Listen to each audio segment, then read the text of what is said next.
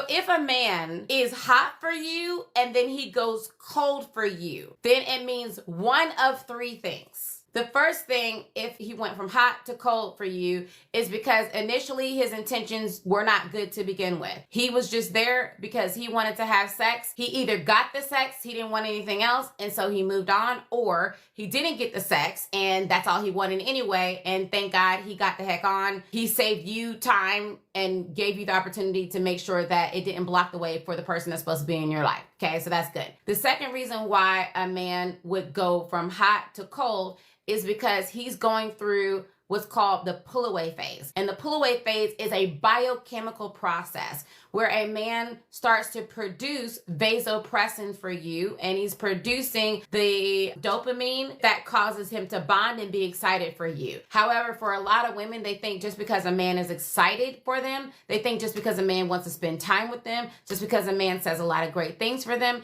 they think that a man is actually bonded the way she has bonded to him. But that's not the way men are built. The way men are built is that men take time in order to biochemically bond to you.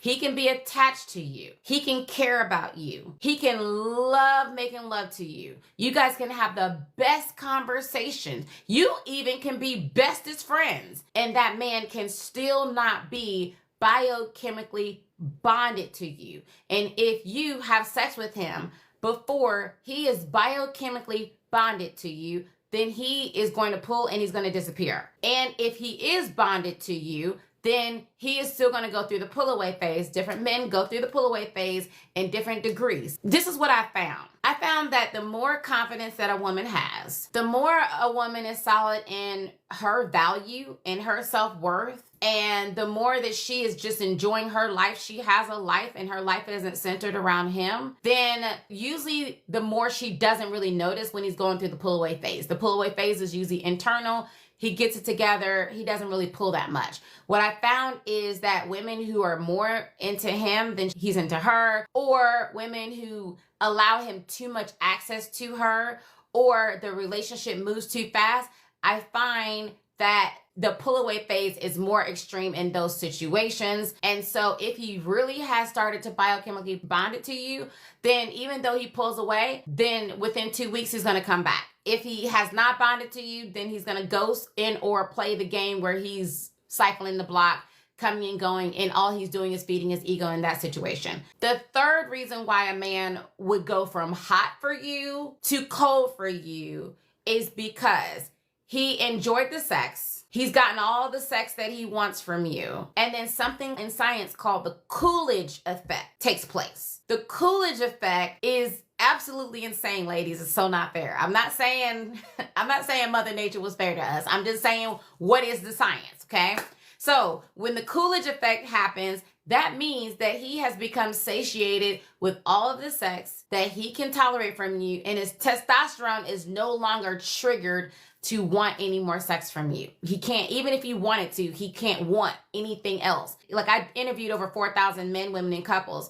And when I asked men about this, like, they would tell stories on how they were really into a woman. They really liked her. Like, she was a nice girl and everything else. And as soon as he had sex with her and as soon as he had his organism, then his life went out with the organism. So the reason why that happens is, according to research, if you have sex with a man too soon, and when I say too soon, before he has had a chance to produce the vasopressin receptors. The receptors are what catch his vasopressin.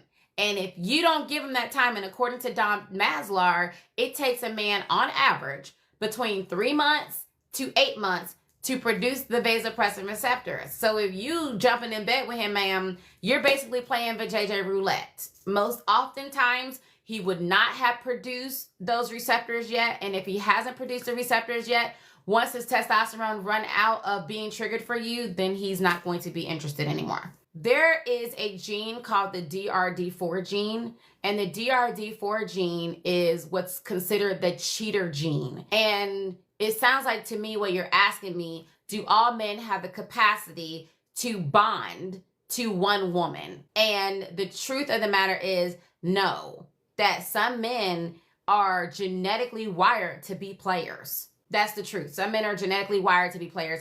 They have that gene, and if they have that gene, per science said it, not Shay.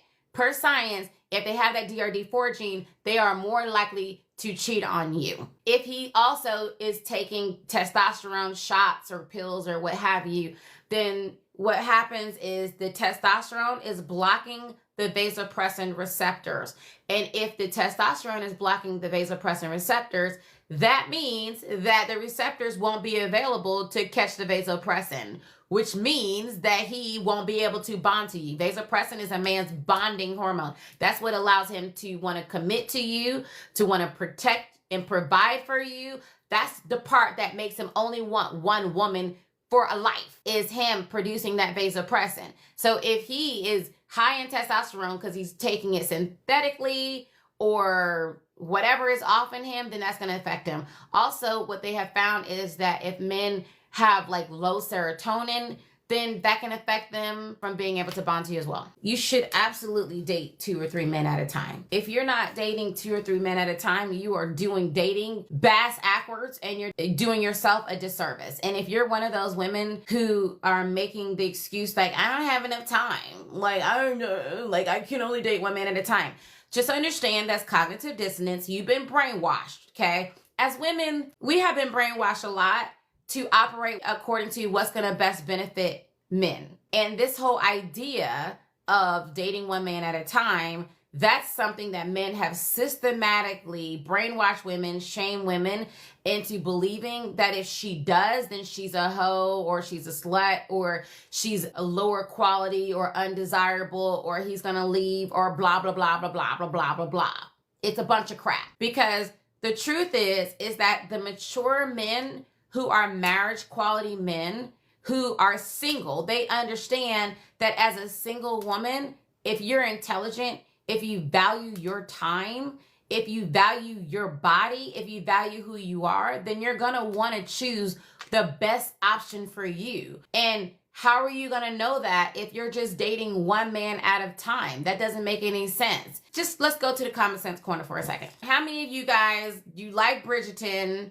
You like that, the old New England, whatever you call it, those type of shows where the man is courting the woman and there's multiple suitors that's trying to get her attention. Now, in Bridgerton, do you not notice how the diamond always has multiple suitors? They're like lined up in her house, all trying to earn her affections. Have we not stopped to think like, if royal society operates by having multiple suitors considered, then why wouldn't I?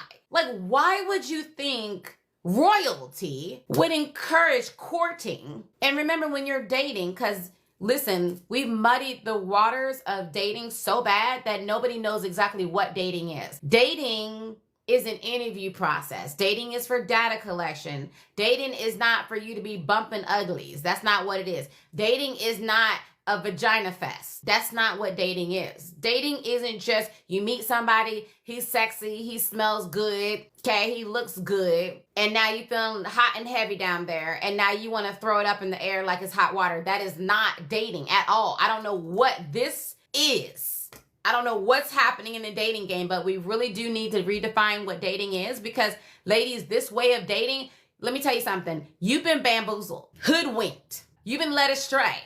Plymouth Rock didn't land on you. You landed on Plymouth Rock, and you are setting yourself up because you are the one that loses the most when you're having indiscriminate sex with random men who are not your man, who have not even earned a commitment from you. You always are the one at the disadvantage because your leverage is your body. And let me tell you something. A man is not going to admit how much value you really have, how much value the potential of you giving them sex really has over him.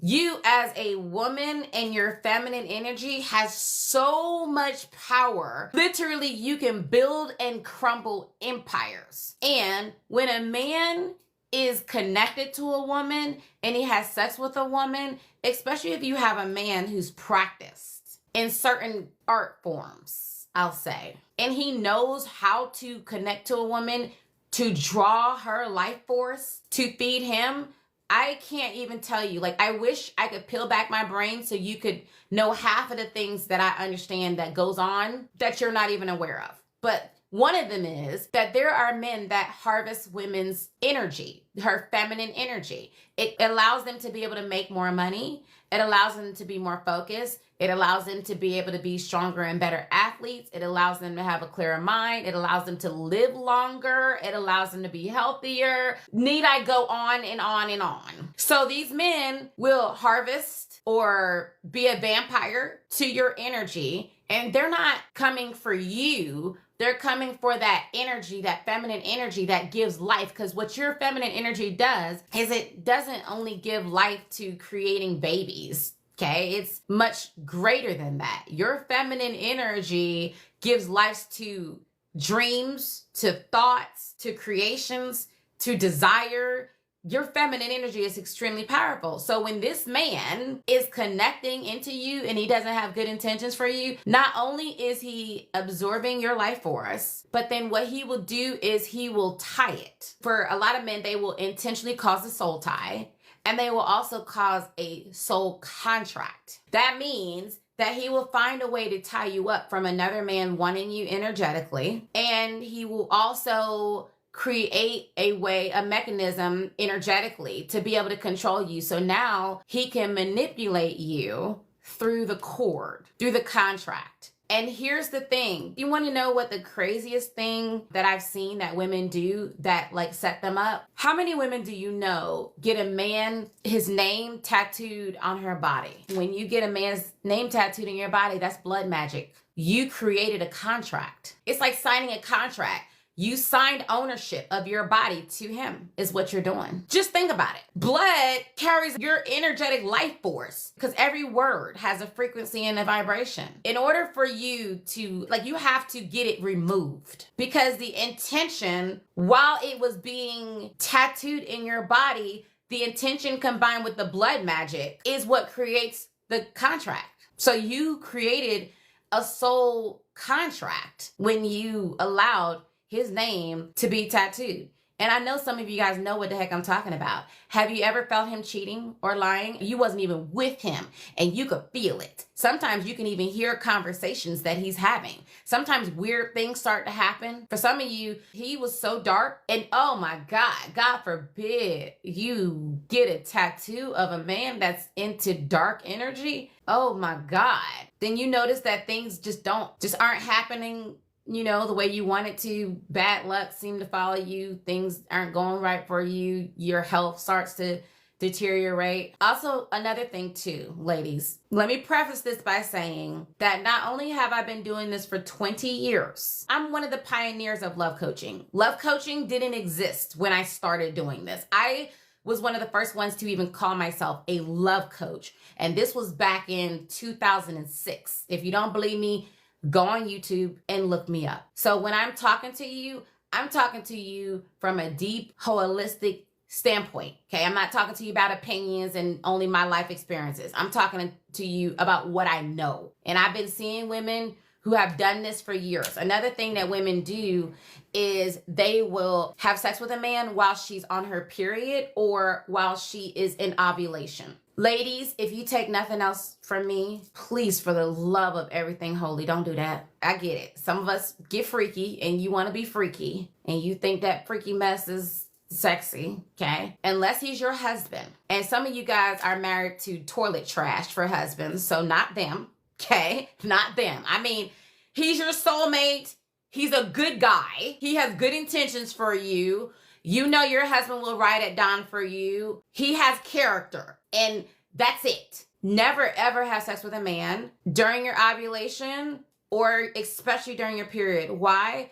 Because you're the most open, okay? Remember, you are a portal. So during your ovulation, you have the highest probability of not only choosing a player, but also forming a soul tie. During your period, you're wide open, which is why in certain religions, the women, when they're on their period, they're not even allowed to be around men. And it's not because she's a woman and less than. It's because she is spiritually and energetically the most vulnerable. During your period is a time that you should be nurtured. You shouldn't be emotionally taxing yourself. You shouldn't be around negative people. Around your period, you're absorbing energy. You are cleansing yourself. You're releasing any toxicity that's within your body, but you're releasing energetic toxicity, but you're also open to receive negative energetic toxicity. And so that's why the men would stay away and let the women stay together. So because you're spiritually and energetically vulnerable. So then if you are allowing a man and a whole dumpster fire to enter into your body during your ovulation and during your period, he has free access to forming a soul tie with you. It's absolutely no ma'am.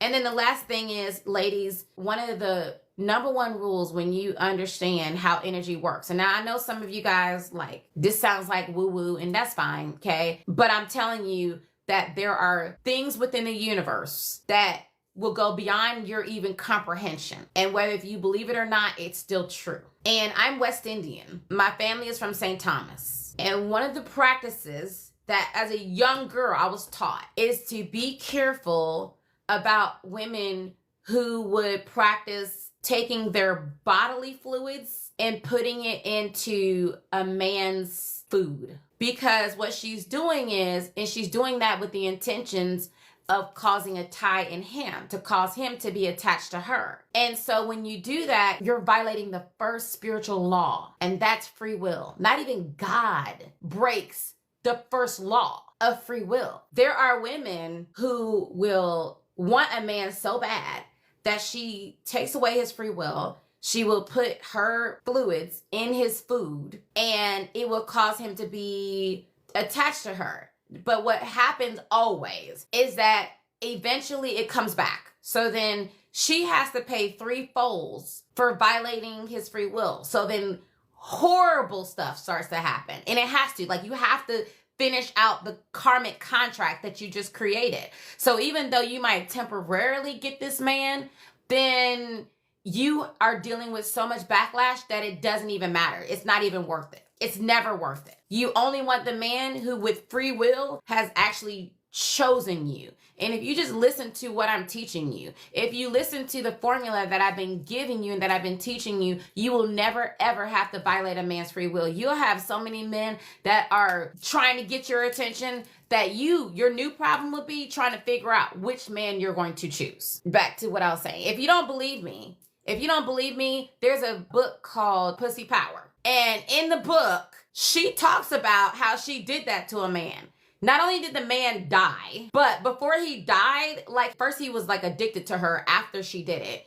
But then when something happened to him, he rejected her so bad it caused her extreme heartbreak. The man ended up dying. All kinds of bad things ended up happening to her. It was horrible, okay? So if you don't believe me, read that book. That's why I don't like the book. A lot of women like the book. I don't like the book because she violated spiritual law, and she didn't even realize in the book, she didn't even admit she was wrong by doing it. But anyway, a widower is not ready to start dating for at minimum 3 years after the death of his wife. If you start dating him before 3 years, ma'am, just get ready to always feel like you're not the priority.